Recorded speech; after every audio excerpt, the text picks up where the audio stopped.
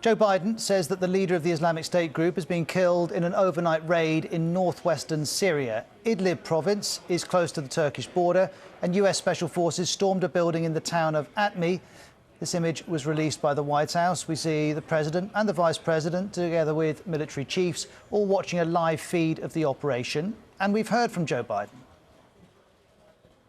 Last night's operation took a major terrorist leader off the battlefield, and it sent a strong message to terrorists around the world. We will come after you and find you. Well, the White House also said that al-Qurayshi detonated a bomb during the raid, blowing himself up as well as members of his own family. This is the aftermath. It's estimated at least 13 people were killed, including 6 children. This is an eyewitness. In the middle of the night, we felt a windstorm. We went out and saw planes above us. 10 minutes later, we heard screams. Surrender! The house is surrounded. We heard fire. There was shelling from aeroplanes and machine guns.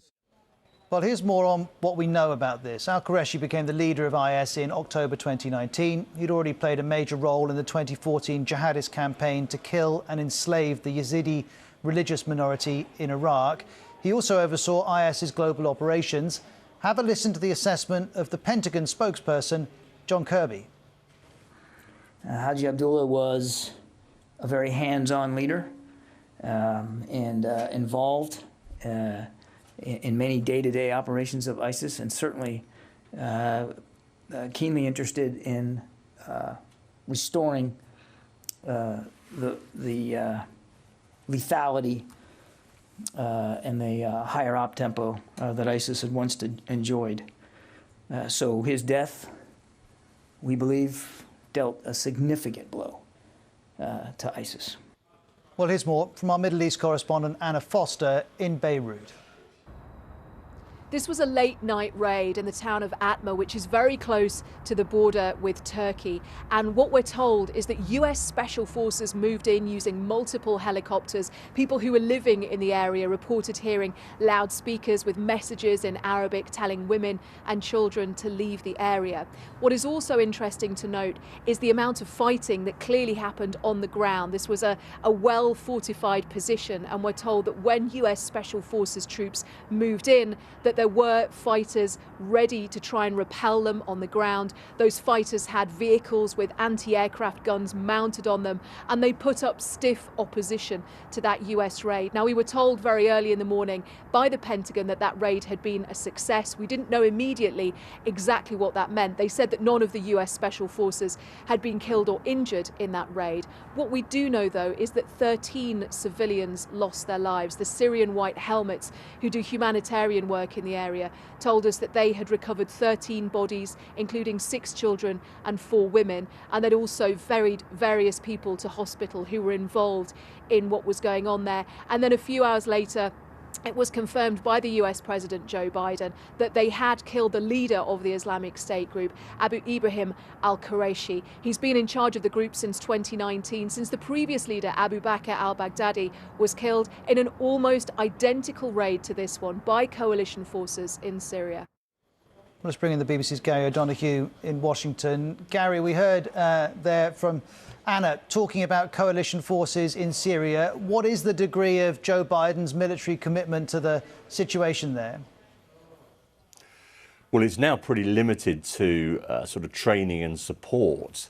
There's been a formal end to US involvement in Iraq and Syria, over the last couple of years, but there are troops there doing that kind of thing. But this operation demonstrates there's a clear commitment to carry out these counter-terrorism activities, particularly when they get reliable information. They've had this information apparently since December. They've been planning it since then. And Joe Biden gave the go-ahead for it on Tuesday. And I think it's interesting because if you cast your mind back, Joe Biden was against a similar kind of raid to take out Osama bin Laden in Pakistan back in 2011. Now, different country, different circumstances, but clearly he's now persuaded that these kinds of insertions are a good idea, when actually the focus of US foreign policy is much more nowadays on sort of great power politics, China, Russia, what's happening in Ukraine, rather than the threat from the Islamic State group. Nonetheless, this will be presented as an achievement for his administration. I wonder, though, if he has offered any broader thoughts to assist Syria finding any sort of long-term peace and stability. To what degree is the US engaged in that intractable conflict?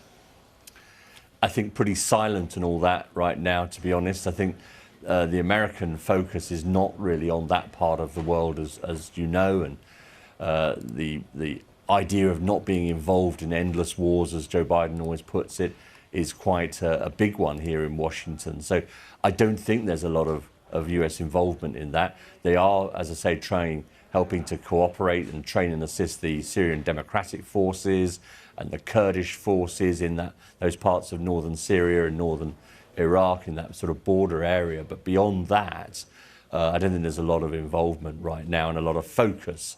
But obviously when something like this comes along and a high-value target like al-Qurayshi presents himself, they can take that limited action to go in there and do it and get out. And they've had success this time around. OK, Gary, thank you very much indeed.